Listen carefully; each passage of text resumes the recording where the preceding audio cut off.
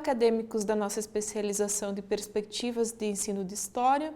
Hoje nós vamos falar sobre as revoltas tenentistas, aprofundando um dos tópicos que será estudado na nossa unidade 2. Bem, na semana passada nós iniciamos os nossos estudos pela instauração da República no Brasil. Partindo disso, nós chegamos ao momento de estudar o final do período da República Velha. Então, todo aquele processo de desgaste e a crise que leva ao fim da República Velha e a chegada da Era Vargas. Na unidade dessa semana, vocês devem ter observado que há um dos subtítulos que trata os anos 20 como um divisor de águas. Bem, lá na unidade 2, vocês vão estudar mais questões em torno da própria Semana de Arte Moderna, que era uma das mudanças que estava acontecendo no Brasil nesse período. Mas nós podemos citar, e vocês também podem consultar no e-book, várias outras transformações do período dos anos 20, e dentro dessas transformações estão inseridas as revoltas tenentistas. Para falar sobre as revoltas tenentistas, utilizaremos como base minha dissertação de mestrado, intitulada Memórias do Combate à Coluna Paulista no Oeste Paranaense, a escrita de si nas pajadas de um soldado. Esse estudo compreende o período entre 1924 e 1925. Vocês terão o link dessa dissertação disponível na Mediateca, caso queiram consultá-la. Bem, nesse estudo, nós verificamos algo específico dentro desse período que está sendo estudado na história do Brasil República. Então, a abordagem retrata as revoltas tenentistas e como as revoltas tenentistas elas são sentidas a partir das memórias de soldados. Diante disso, nós nos questionamos: quem são os sujeitos históricos que compõem as revoltas do Brasil República? Esse item pode ser verificado ao longo das leituras dos textos complementares da própria unidade e também do e-book. Bem, então pensando em quem são esses sujeitos, nós temos a questão dos soldados. Na historiografia tradicional, geralmente essas questões em torno de revoltas, de conflitos armados, é estudado pela história política.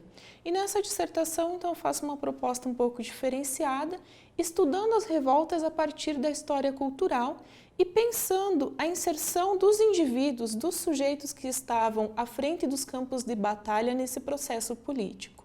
Dessa forma, foi possível perceber, por exemplo, que os soldados emitiam suas opiniões e registravam suas apreensões enquanto sujeitos históricos partícipes de um determinado movimento político, sendo eles pouco contemplados pela historiografia. De acordo com a história política, os tenentes haviam assumido uma postura salvacionista, quer dizer, aqueles que estavam à frente das revoltas tenentistas contestando a ordem vigente, propondo, por exemplo, depor o presidente Arthur Bernardes nos anos 20, seriam aqueles que lutavam pela classe média, os que queriam organizar a pátria de uma forma diferente e, como o próprio termo diz, enquanto salvacionistas, as pessoas queriam salvar a pátria da corrupção, dos problemas em torno das eleições e de todo aquele contexto da chamada política do café com leite lá da República Velha. Mas, por outro lado, nós temos também um exército que estava sendo defasado desde a Guerra do Paraguai e que vinha se arrastando com muitos problemas.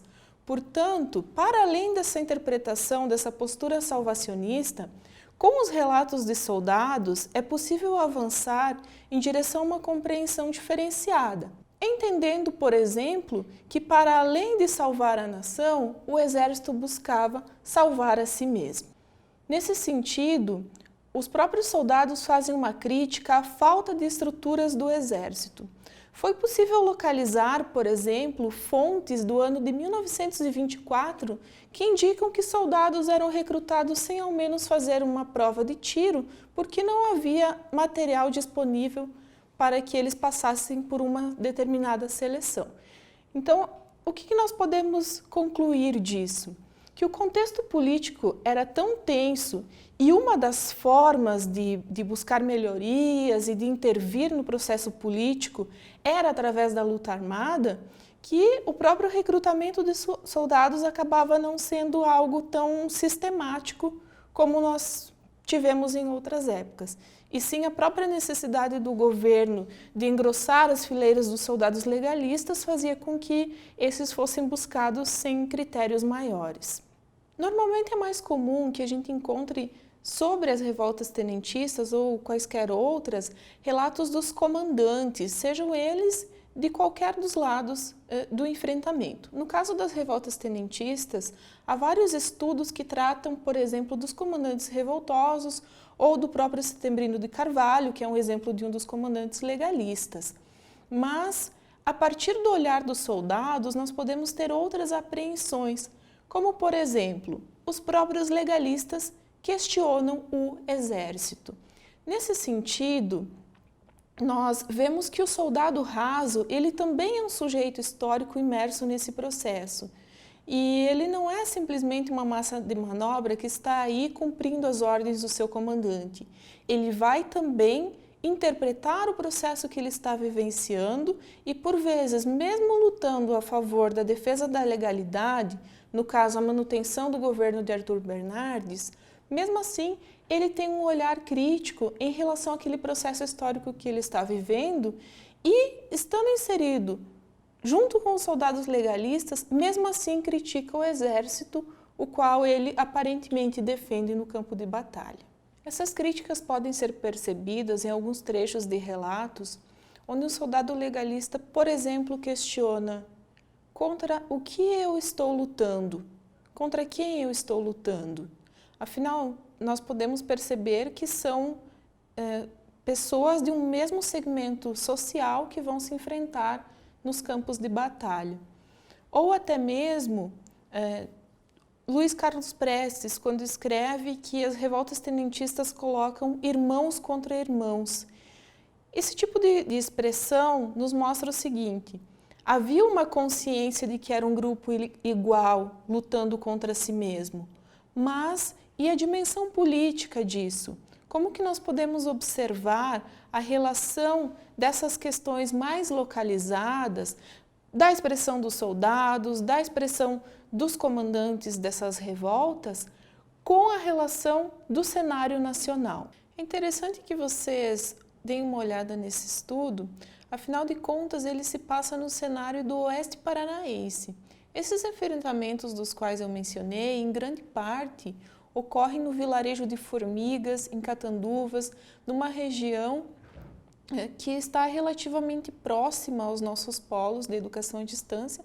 Por isso é interessante que vocês verifiquem e, a partir disso, tenham um conhecimento ampliado da própria história local. Bem, caso tenham interesse em verificar questões mais amplas em torno das revoltas tenentistas e até relembrar como foram esses enfrentamentos e a questão da política da época, consultem no e-book, onde há um item que trata especificamente disso, e leiam a dissertação. Estou à disposição para eventuais dúvidas via plataforma Moodle. Não deixem de contatar os vossos tutores e o link da dissertação estará disponível na Mediateca. Bons estudos a todos!